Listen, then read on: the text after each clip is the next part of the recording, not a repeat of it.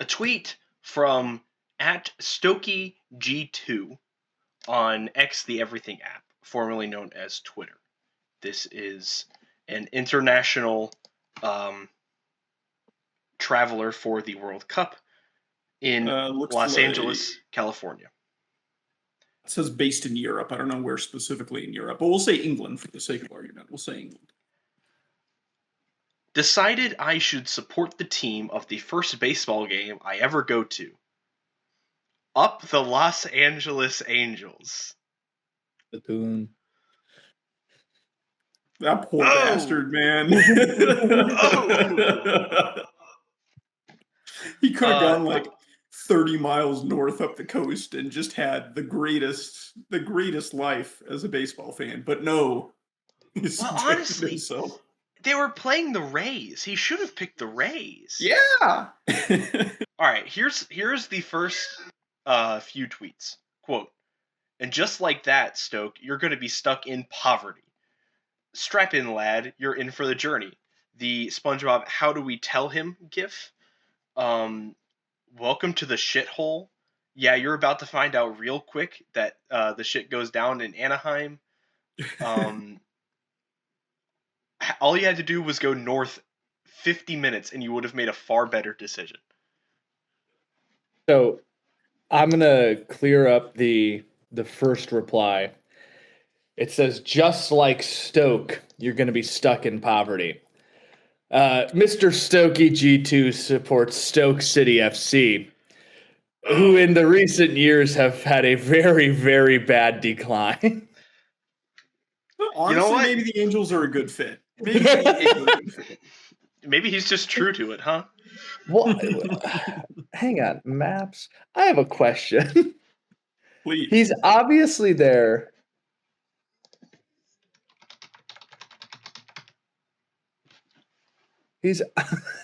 I'm sorry. There's a noise in my headphones. He's obviously there because he's going to games at SoFi. Excuse me, Los Angeles Stadium. Correct. The Angels Stadium is 45 minutes from Inglewood.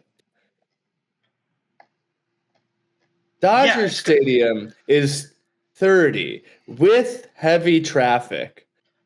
Well, let's think about it. Why did he go to Anaheim? Because the Angels tickets are cheaper. Well, also, and the Dodgers were in Chicago this weekend, which is a great transition. Welcome back to the chatting average. My name is Adam Busak. That's John Lieber. That's John Sansoni. This is a baseball podcast. John Lieber give ourselves walked away from the microphone. I think we give ourselves too much credit, and we give ourselves no credit, which is still too much credit for what. Too much credit for what? Everything. Who? I mean, we are like. Have you guys ever watched a car crash?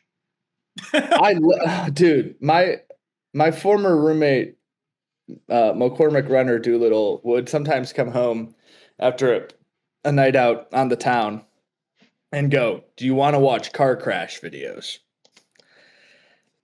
I'd say no and go to bed. And I'd wake up in the morning and the car crash videos would still be playing on the TV. So, we are like a car crash, but it's like the kind of car crash you want to be in. What kind of car crash do you want to be in? Follow-up question. It's not your fault, and both of you have good insurance. And you're driving a 47-year-old car. Yeah. Oh, you know what also was a car crash this week? What?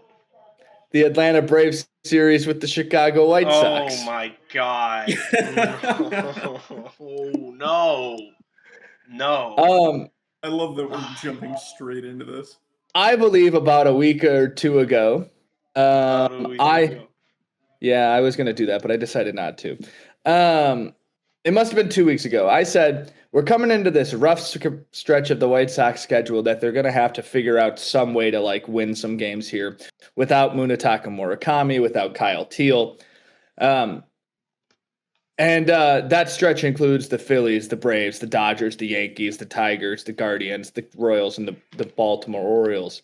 Now, the end of that doesn't sound as scary, but that middle stretch is quite terrifying.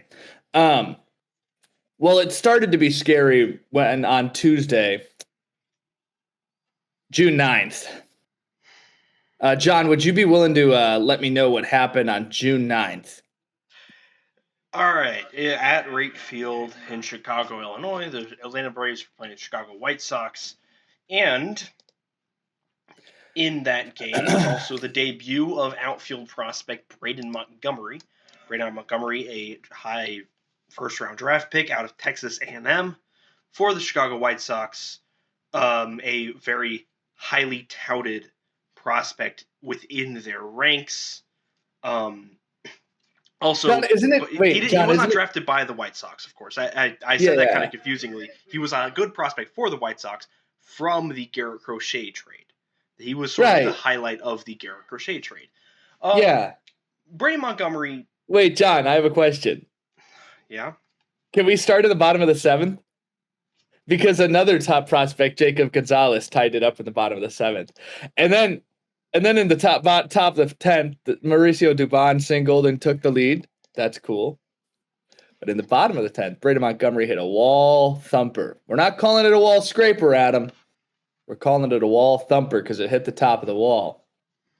And a home run, White Sox win. John, isn't it cool when your team plays the young guys? What's Drake Baldwin been doing? He hurt his oblique. What do you want me to do? Were they playing him before that? Where's Sean Murphy when you need him? Also injured. Starting backstops for the Atlanta Braves are Austin Chucky Wins. Robinson, welcome back to the league. Yeah. Austin Wins. Actually playing for the Dodgers right now, if I'm not mistaken. Chucky Robinson? I could have sworn I saw that earlier this week. I have a question. With Chucky Robinson on the Dodgers, how many future Hall of Famers does that team have now? Less. Yeah. Will Smith went on the IL, and they selected the contract of catcher Chucky Robinson from AAA Oklahoma City. And they had 3 at-bats already. He's got 3 at-bats.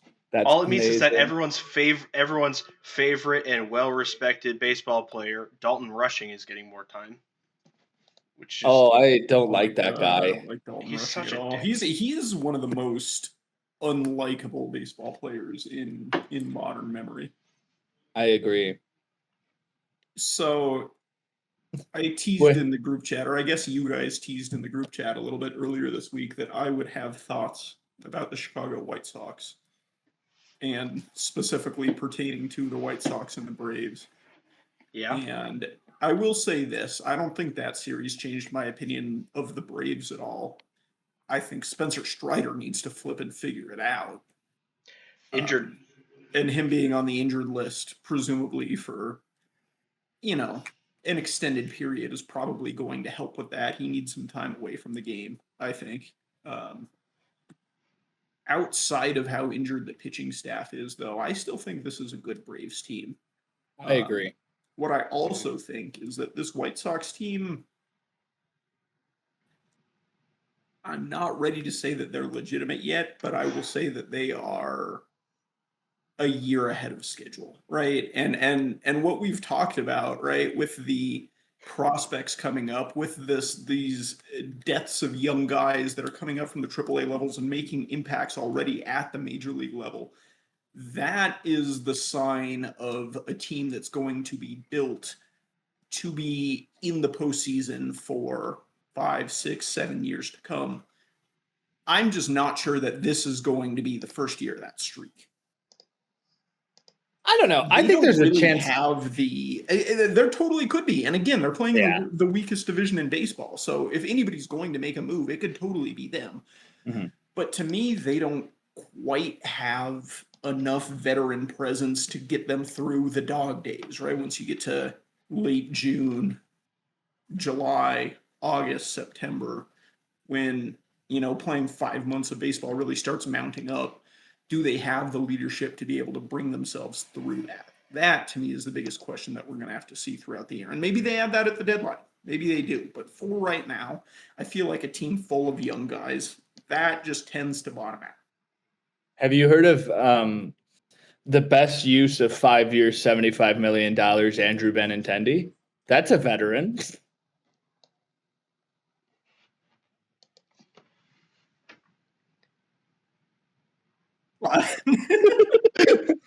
um, it's interesting because you're right. Like there isn't veteran leadership other than Andrew Benintendi, really. I mean, I guess Miguel Vargas is there, but yeah, no, you're right. I mean, Davis Martin is a guy who's been in the league for a while, but when you're playing every fifth day, it's kind of hard to be like the leader every day.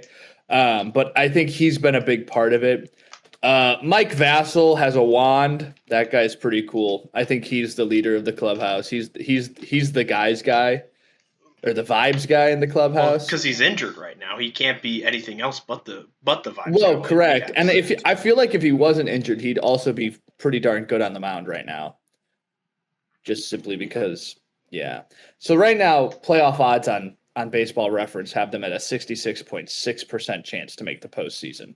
They currently sit in first place, basically tied with the Guardians at 38 and 32. The thing is they beat the Braves 2 games, and then the third game will be in August because of a makeup. But then they go out and they beat the Dodgers in like a 6-run 6th inning or something like that. They get almost perfect gamed the next day. Shout out Chase Mydroth and Tristan Peters for breaking that up. And then the next day they come back and make a late push and win game 3 of the series to take the series against the Dodgers.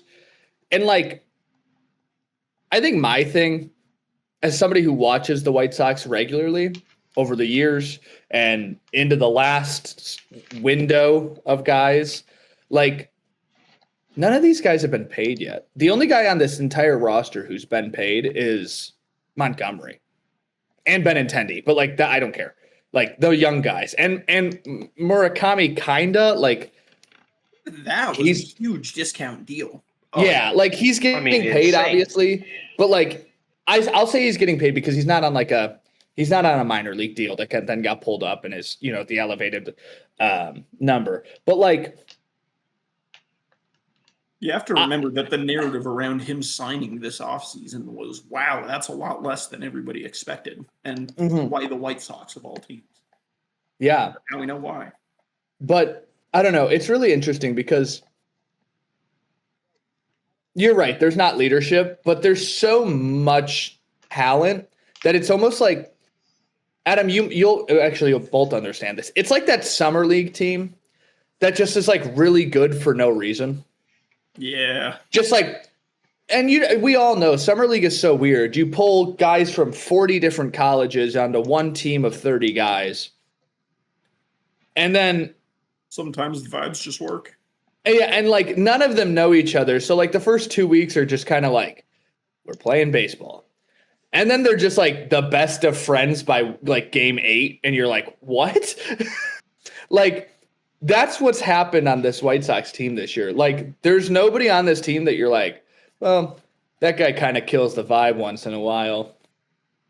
Well, maybe that's a Luis Angel Acuna, but like maybe that's just from the fan perspective. But like, every time you're seeing this dugout, it's like they're all going crazy. The walk-offs, and I get like walk-offs, it's easy to be excited and like not care who you're standing next to or whatever. But like, it's just the vibes of the White Sox are so good. Will Venable's boys don't quit. We gotta get that name changed in fantasy, huh? Chris gets us. He gets us. So I'm looking at the Baseball Reference page right now for the White Sox, and there are 5 players that have had an at bat for the White Sox this year who are also over the age of 30. Can you name them? Wait. Over the age of 30 who have had an at bat this year? At least one. Randall Grichuk. There's one. Randall Grichuk, Andrew Benintendi. There's 2. Derek Hill. 3. Derek Hill exactly 30, by the way. He's one of two that's exactly 30. Oh god, they had like an older catcher, didn't they? Was it Ty? It wasn't Matt Tice, was it? Austin Hayes. Austin Hayes, that's one. Just missing the older catcher. It was Reese McGuire. Yep, there you go. That was a good pull. Now, thank you. Out of that group of 5 guys, how many of them have more than 30? Would you put the title leader on any of them? No. Well, I will say Derek Hill was kind of like he was not being used a lot, but he was kind of a vibes leader guy. And now he's in Philadelphia. Well, that was a smart trade. McGuire, he really strokes it out of his guys. No,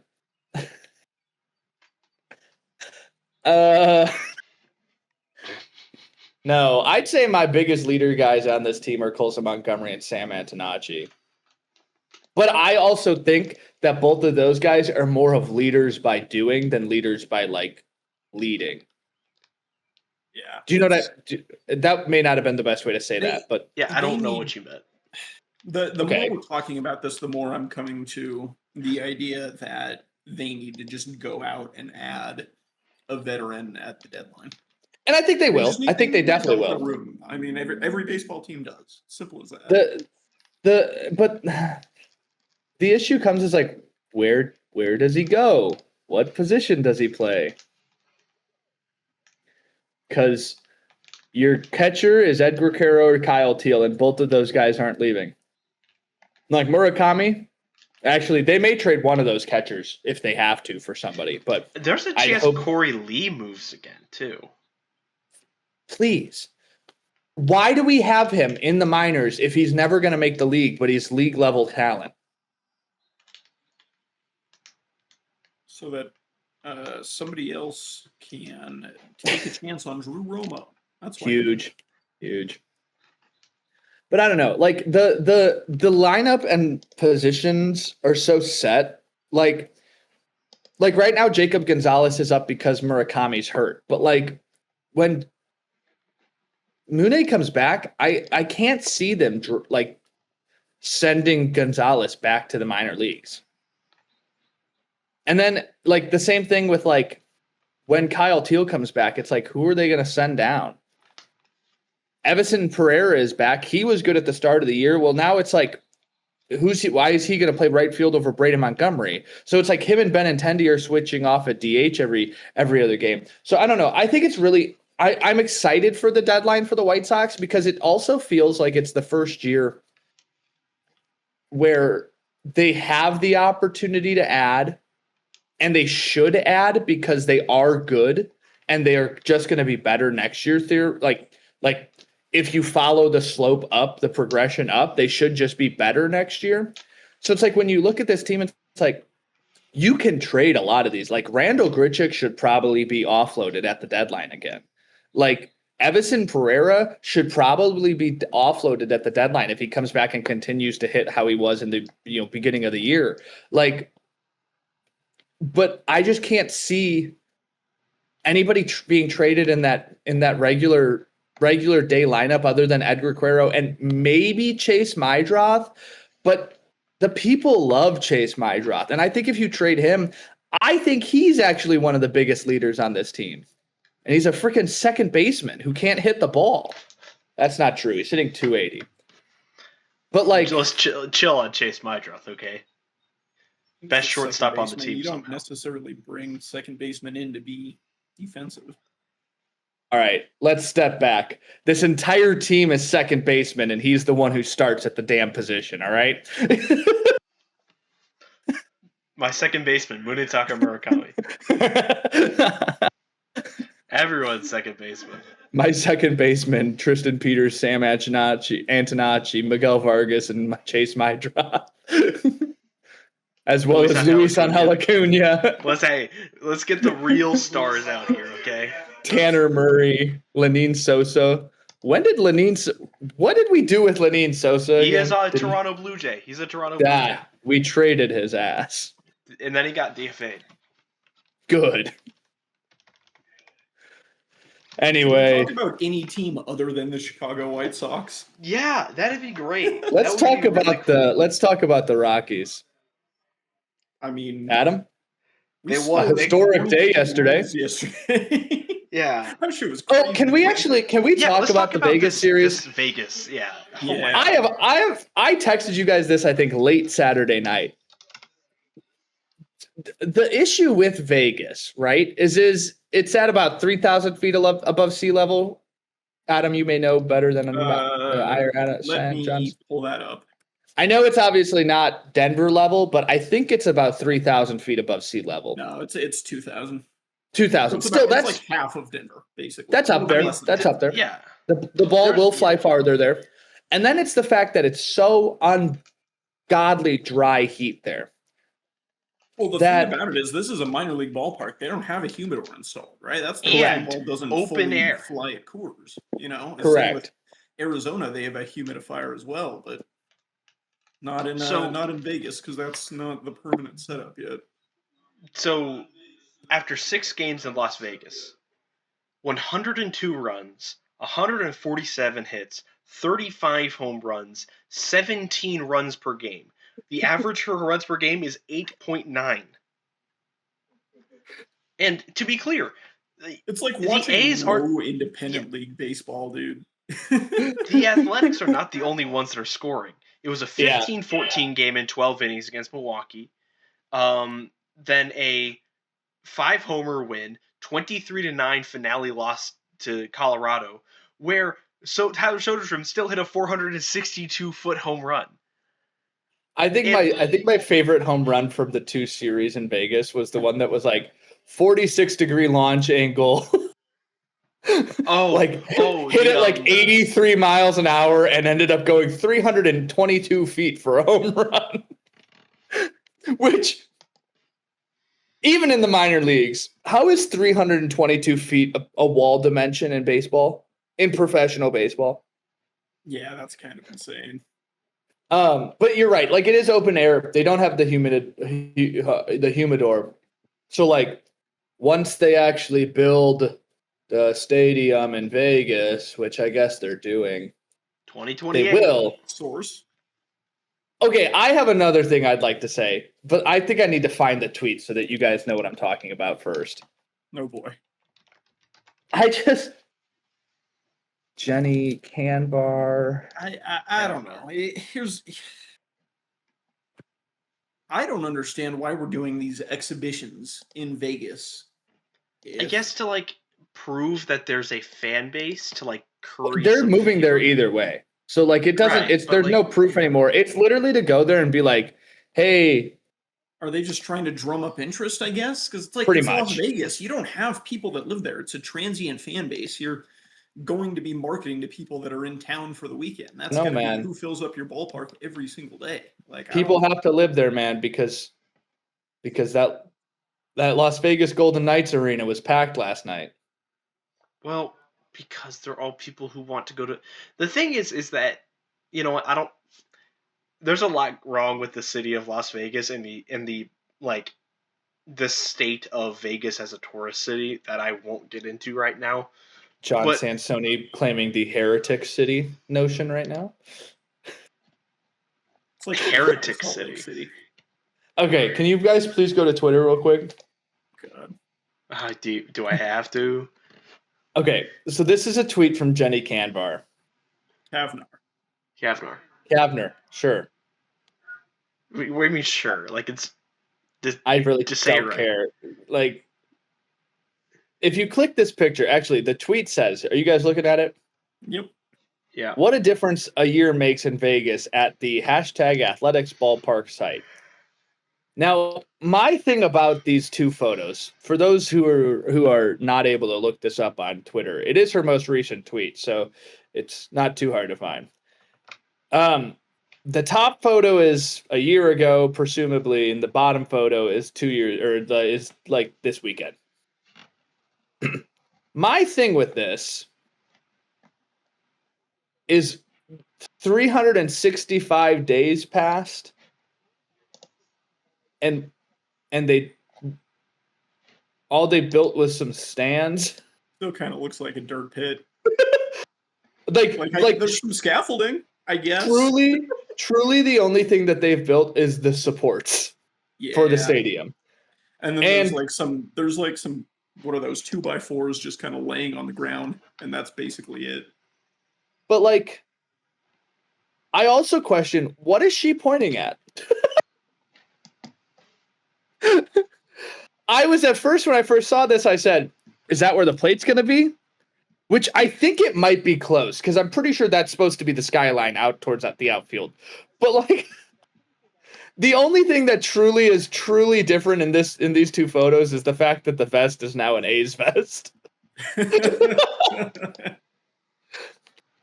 Like, I'm excited to see this stadium. The stadium was supposed to be open.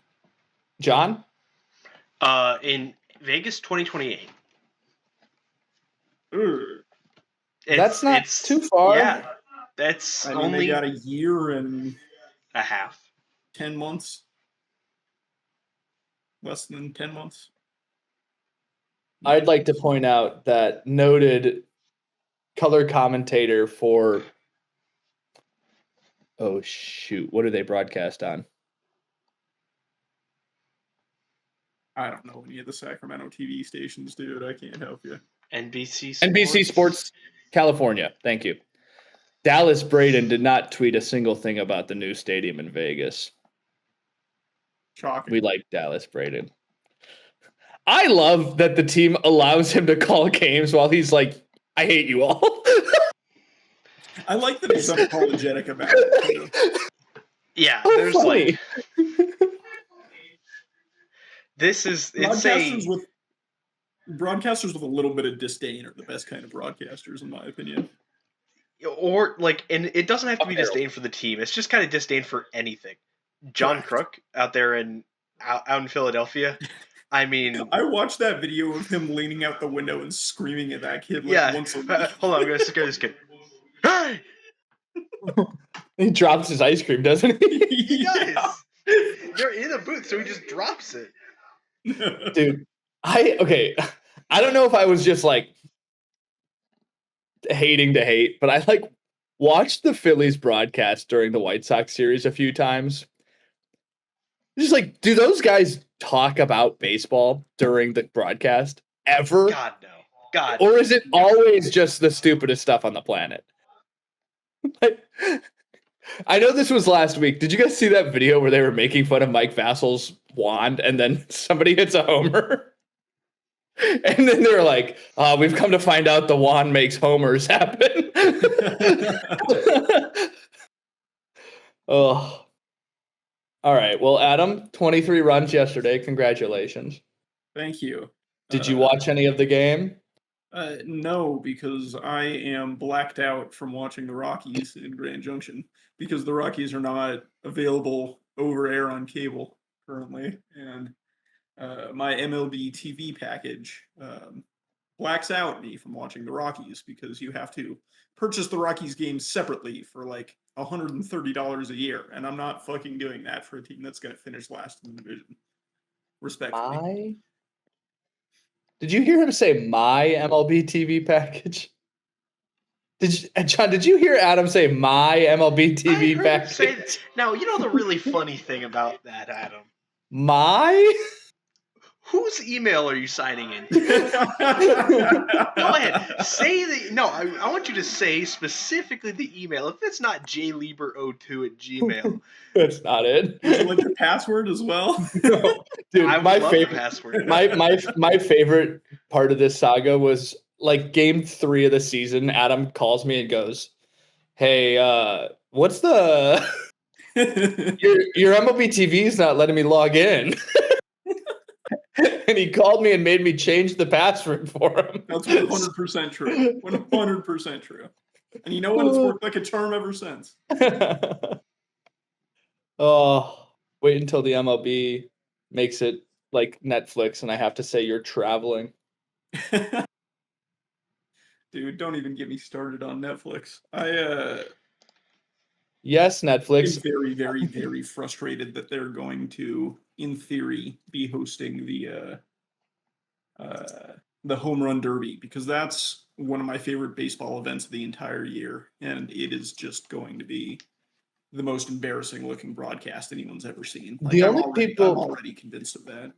the only non-linear TV I'd be okay with hosting the home run derby would be Apple TV, just because like Their their broadcasts are good. analytics, and then their analytics are so fun that like I get it. It's really only home runs. All I need to know is the launch angle, the distance, and the exit velocity. But like that's You know who I fine. think has been doing a really good job of that too, to be honest with you, is I think the Sunday Night Baseball crew has done a very good Yeah. job of integrating like advanced metrics into their broadcast. And I give Yeah. a lot of credit to Jason Benetti for that, because he's very analytically fluent, but also good at sprinkling it in the broadcast in a way that's not like abrasive to the casual viewer. I think Benetti's the best broadcaster in baseball right now. Same. I think honestly, it's what NBC's broadcasts do well is they strike this good balance from where like Apple TV almost leans so like it's so like heady and like it It's feels very like player driven. They have like yeah, 7 billion fucking analysts. right. But then it like on the other end you have things like ESPN where it's just like what is hold on, what? Like and it ends up being like kind of disjointed story wise. And you find this like good middle ground with NBC where they're willing to like have these sort of, for lack of a better term, gimmicks, where they have Adam Ottavino talk about what like pitcher mindset, and they have analysts from both teams, but it doesn't feel crowded. Because if you get some of these novelty booths, like when Fox calls a Yankees Red Sox series, like they did most recently, and they have 4 people in the booth, and it's Kevin Burkhardt and then A-Rod and David Ortiz and Derek Jeter. It's like can we hold on? It's too many cooks in the kitchen. And like the thing is like they do it because they're like, we can get A-Rod, David Ortiz, and Derek Jeter to be in the same booth for 9 innings, and it's like that's fantastic. Other than the fact that A-Rod's just going to piss most of the world off because they don't like him in general. Pretty much the same thing with Derek Jeter. And then David Ortiz is some guy that half the United States can't understand. And it's just like, if you're like listening as a casual fan who doesn't care that it's A-Rod, Derek Jeter, and David Ortiz, it's just 4 guys yelling at each other for 9 innings. I think there are a lot of former players that make very good color commentators, and I think a lot of I them agree. translate into the broadcast booth very seamlessly. But almost exclusively, the players that make good color commentators are not former stars. They were not the biggest name on the team, because they have to be people that actually know the sport. And by and large, the superstar athletes that have all the talent in the world, they don't really understand baseball on the microscopic, on the cosmic level that you really require out of a good color commentator. I'd say the Is that only fair to say? time that like a very good player becomes a good color commentator guy is if it's an older guy. Like Steve Stone, This John is the Kruk. reason Like that those guys are good color commentators. Yeah. But if like you've been around a while, it definitely makes sense. But I mean, Yeah. there's a reason, for example, and I know it's football, so it's not an apples to apples comparison, but like there's a reason that everybody enjoys Tony Romo over Tom Brady. Yeah. There's a reason people like Kevin Youkilis. Yeah, 100%. There's a reason people like Dallas Braden. Yonder Alonso is an MLB Network analyst. What? Yonder Alonso, notably Manny Machado's brother-in-law. Here's Right. That's why Here's the a White question for you Sox guys. signed him, and then they Correct. didn't get Manny Machado. Yeah, that's right. Here's my question for you guys. Please. In like this, if imagine that the new CBA gets signed, right? And all of a sudden, Allah willing. all of a sudden, You get to make one change to the way that baseball games are broadcast. Like you get to be put in the room and you make one change unanimously about the way that baseball games are broadcast. What would you make that one change? Everybody keeps their same crews, but they're all broadcasted on a CBS, Fox, ABC, or CBS. You said CBS twice. CBS, Fox, ABC, NBC. NBC. Yeah. I'd love for you to guess a channel you can get over the air. It doesn't even have to be on that. Like every channel has to be OTA. I don't hate that. Yeah. What do you think? I'd also like to limit broadcast booths to 3 people maximum. Interesting. I know that's 2 things, but You're not going to hear pushback from me on either of the two. What are you thinking? Because I think I would want. I think kind of the layup answer here is no blackouts. Yeah. oh, yeah. I mean, it's sports broadcasting is kind of the only thing that does blackouts like that, and it's a little archaic because just the reality is people aren't getting national sports through local channels in a way that would force you to have a blackout. Yeah, blackouts were originally about ticket sales, and now there's more money in watching on TV, frankly.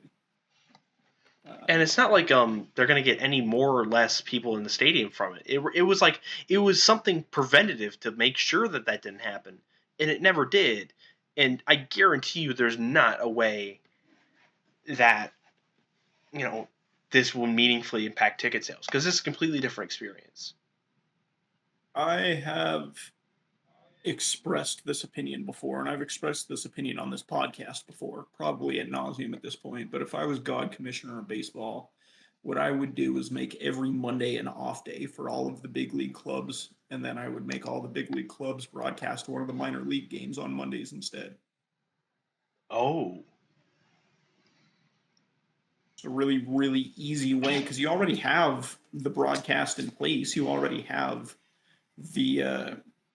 the broadcast going on for people that subscribe to MILB TV or the local channels that broadcast those games. So it's not like you're adding any equipment. You're just putting the feed in an extra place. And I think from a fan's perspective, this is a really, really good way to get people connected with the minor leagues, to get people connected with the farm systems that are coming up. And it increases the IQ of the average fan because you're going to know the names that are coming up before they're coming up rather than as they're coming up.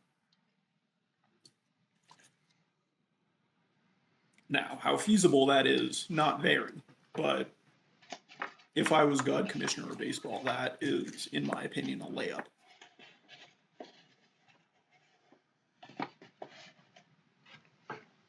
Unfortunately, I don't think the league would ever say everybody's off on a singular day. Yeah, no. Absolutely not.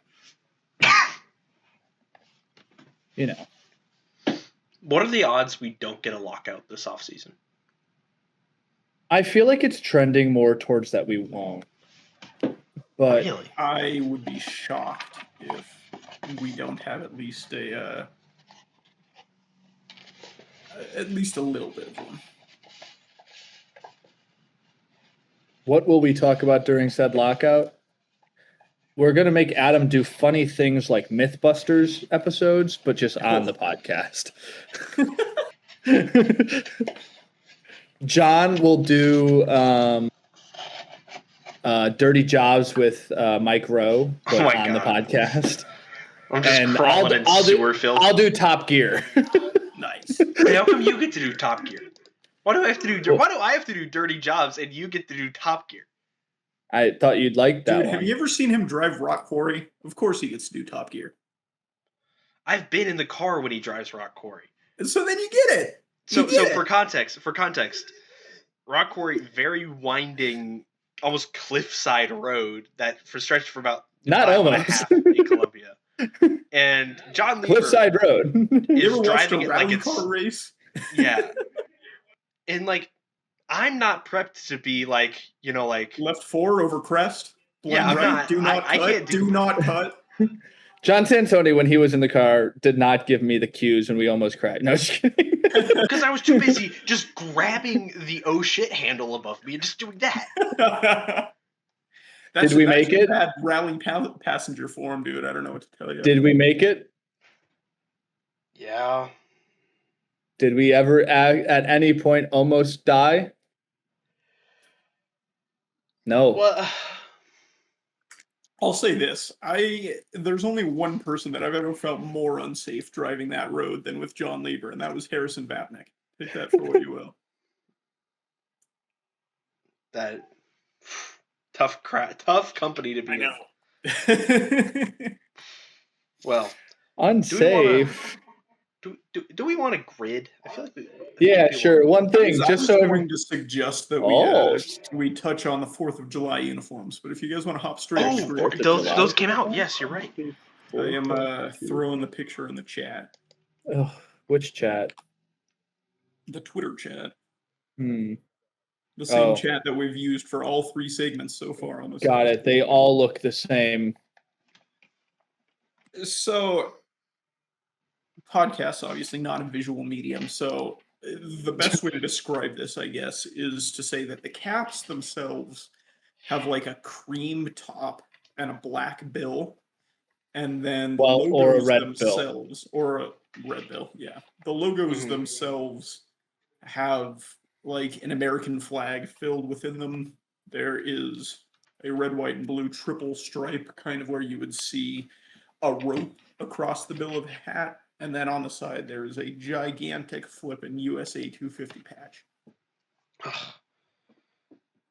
I always think it's really funny when they do Memorial Day, they do Labor Day, they do 4th of July, they do military appreciation weekend, military weekend, blah, blah, blah, blah. And they have all these different hats.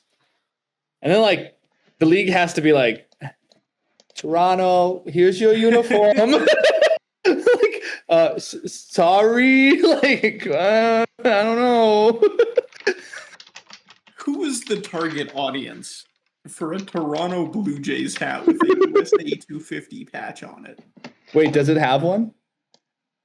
Yeah, I'm sending the picture. Hold on. It does have one. They have just the Blue Jay itself is just red. There's no American flag in it, which is like, that's fine, whatever. But the patch is still there. I don't know. Do you guys ever find it weird that Toronto's logo faces left and not right? That does bug me a little bit. It does bug me a little bit. Okay, so here's my biggest gripe with these uniforms. First off, I'd love for an explanation on why some people get to wear certain colors and some just don't. My biggest issue with this uniform is that if you're going to make the logo and the hat the American flag, you're going to wear these for one weekend. Why not make the name of the team also the American flag across the chest? Instead of just like the numbers? Yeah, like this, like the Dodgers uniform doesn't look bad because it's blue and white, red, white, and blue. Same thing with the Royals. It doesn't look terrible. The Baltimore uniform looks atrocious.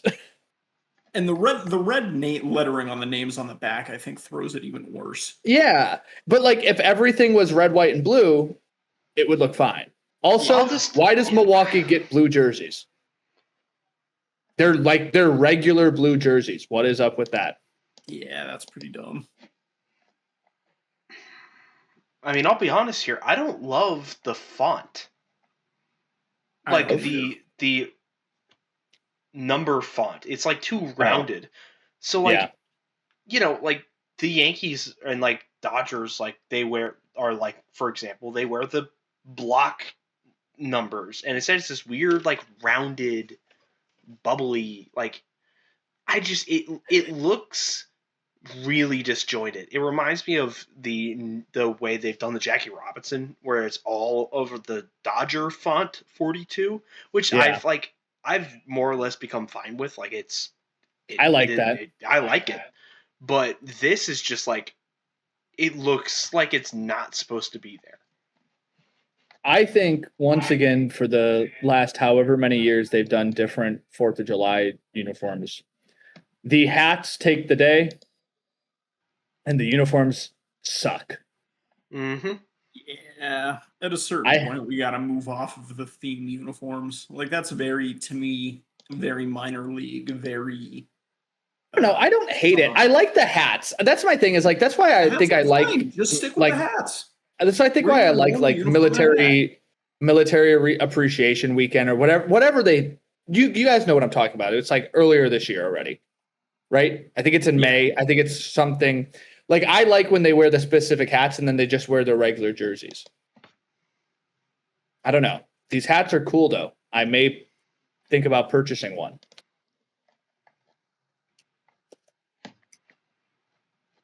Let's take a look at how much they're expensive. How expensive they are. How much they're expensive. Guys, shut up. Okay, here we go. Fitted hat. Flat bill. Anybody got a guess? 120. No. I'll undercut him. I'll go a cool 45. It's $56. Oh my god. Still? What's he mean? Not still? happening.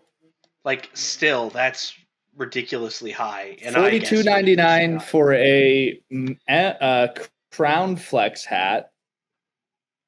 $56 for a low profile fitted hat. The thing that has ruined Major League Baseball hats is $59 or $39.50. That company deserves to burn.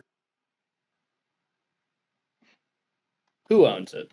Let's find out. I mean, they're all New Era. Yeah, like, they're all $39.50. New Era hats. A $59.50 guy until I die. Wait, what?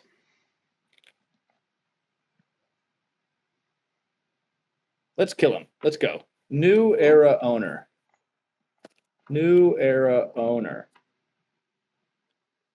Those. Damn. New Era Cap is primarily privately owned and controlled by the Coke Company. Coke, K-O-C-H? Yes. Really? The Immaculate Grid.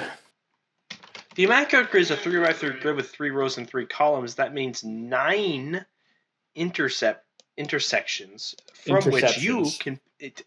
Do you have anything nice to say, John, or are you just not going to say anything at all? The Immaculate Grid, you can put players wherever you want as long as it's on the grid, and they match the categories. For example, the columns today are the Texas Rangers, the Chicago Cubs, and a 100-plus run season batting. And the rows are the Cincinnati Reds, the Washington Nationals, and played catcher, a minimum of 1 game. Meow. Yeah? Yeah. Anyone have a guess, or are we just going to... The 100-plus run season is always the one that throws me. Yeah. Okay. Catcher for the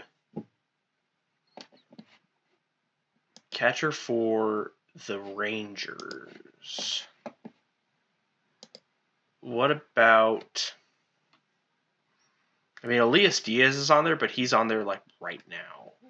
Or he was, like, recently.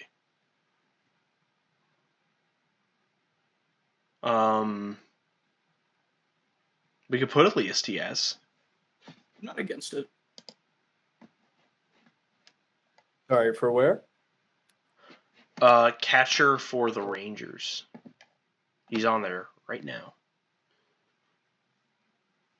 0.4. Great job, everybody. Thank you. Cubs catcher. Probably not Reese McGuire. Well, I think he would count. He would count. I got a Reds Ranger. Please. Donovan Solano. I think that's the second straight week we've used Donovan Solano. Um. And we're going to keep using them. Oh. Who's that one catcher who also yeah. plays short? Who played like middle infield, and he Who's was that Pokemon? a Rocky, and he like went to he like coached in the Rockies minors for a second. Are you thinking of Tony Walters? Was he not a Cub? I swear he was like a Cub for a I don't second, and then he went back to the Rockies. I don't know. Like I have this like feeling that he was on like the Cubs. He was on the Cubs in 2021. Yeah. Wow. Yeah, because I remember like Tony Walters. in the show 22, like I picked him up for like as like a mid-season signing, and I was like, it was weird that he played for Chicago.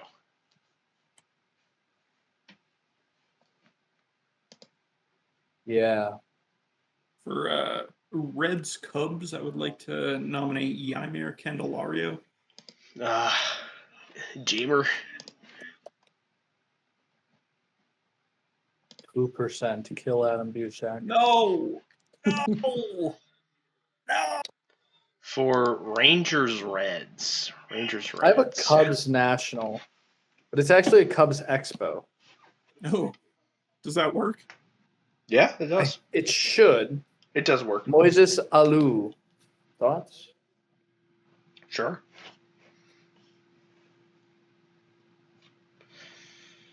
It did work. 6% though. Kill John Lieber. Kill John Lieber. Reds Rangers. Don't we already have that? Didn't we put Donovan Solano? Reds Rangers is Donovan Solano. Oh. Kill John Sanso. We need Rangers Nationals. Rangers Nationals. How about some Ian Desmond? What about Derek Hill? Oh, yeah. We could do Derek Hill. Derek Hill.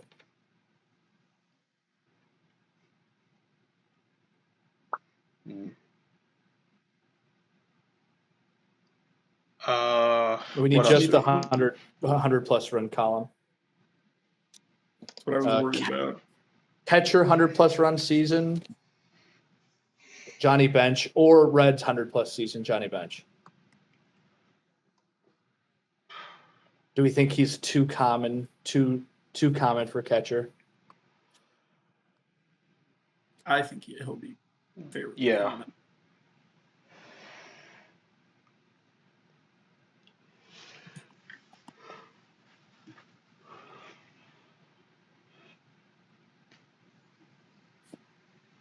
Well,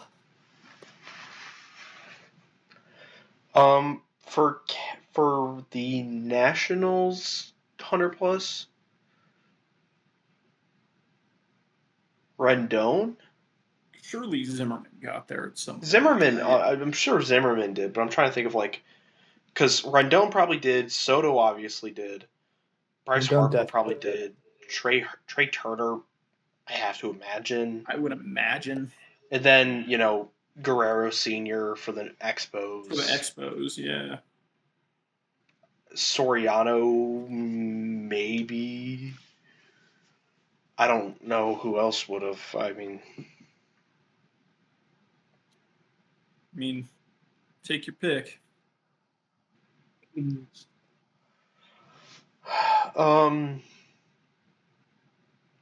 I think either Zimmerman or Trey Turner are probably the two lowest out of that group. Yeah, do Zimmerman. Ryan Zimmerman. 6%. Kill John Sansoni and Adam Busak. Not a good run from us today, boys. Nope. It's okay. So now we just need a Cincinnati player. And a catcher. And a catcher. Wonderful. Do we think Jay Bruce ever got there? Because I'm sure Votto did. I'm sure... Todd Frazier probably did, right? Frazier... Yeah. Ellie's done it the past couple seasons. I mean, That's true. Bad choice. Wow, Todd Frazier never reached 100 runs. That's kind of crazy. what about Adam Dunn? Did either Griffey Jr. might have, right? Yeah. Adam Dunn did. Did he? Yeah, he did. Yeah, do Adam Dunn. He did 3 times. Wow. Adam Dunn. 3%. Kill John Lieber. Well, Catcher. Catcher, huh?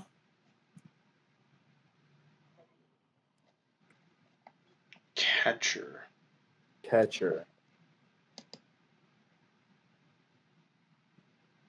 Think Salvi Perez ever got to 100 runs in a season? Probably. No, the closest he got was 88. No, never mind. I disagree. I wonder if Dale Murphy ever did. It's got to be one of the older catchers, right? Because you don't really see very many modern catchers playing 162. Sharp. So sharp. That's why Johnny Bench is still an option, ladies and gentlemen. Yeah. All right, I'm putting him in. Johnny Bench, 17%. Kill John Lieber. Who could have seen this coming? Who could have possibly seen Hey, this he wasn't the number one answer. So Who was? Mike Piazza. Ah. Hardest spot on the grid today. Cubs, Reds. All right, well, we're gonna go cry ourselves to sleep because of that performance. Yep. Adam, That's take us me. out. You can find the Chatting Average wherever you listen to your podcasts, whether that be YouTube, Spotify, Apple Podcasts, Amazon Podcasts. I don't know. We always say that. I don't actually know if that's a thing. We are on X, the Everything app, at the Chatting AVG. Baseball is cool, and the College World Series is currently on, so you should watch that. And then listen to this episode again after you're done watching it. Yep. Yep. Bye. Goodbye. Bye.